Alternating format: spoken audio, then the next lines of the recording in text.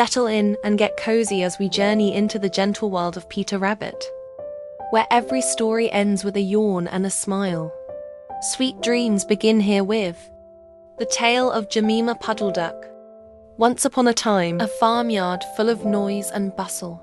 There lived a duck named Jemima Puddle-Duck. She was a soft, motherly creature who wore a blue bonnet and a pink shawl. But poor Jemima was not allowed to hatch her own eggs.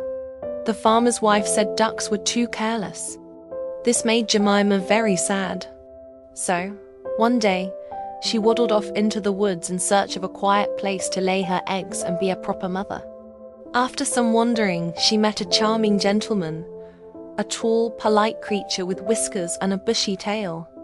He wore a velvet coat and spoke in the smoothest voice. "My dear lady," he said, "I have just the spot for a nesting duck like yourself. Dry, warm, and safe from praying eyes." He led her to a cozy little shed in the woods, lined with feathers and straw. Jemima was delighted and laid her eggs there over several days. The gentleman told her to keep them warm and that he would prepare a special meal for when her ducklings arrived. Roasted herbs and onions. But something didn't feel quite right. He kept sharpening his knife and licking his lips. And he asked odd questions about stuffing. Jemima, being a simple duck, didn't understand. But another animal did. A dog named Cap, who lived back at the farm, had been keeping an eye on Jemima.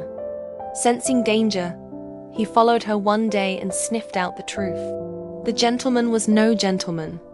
He was a sly fox, and Jemima was his next meal. Cap rushed to the shed just in time.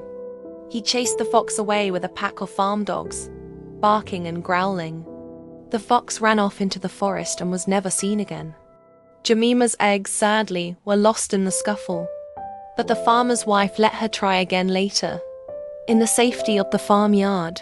That time, she hatched 4 fluffy ducklings, and she never again went looking for nests in the woods.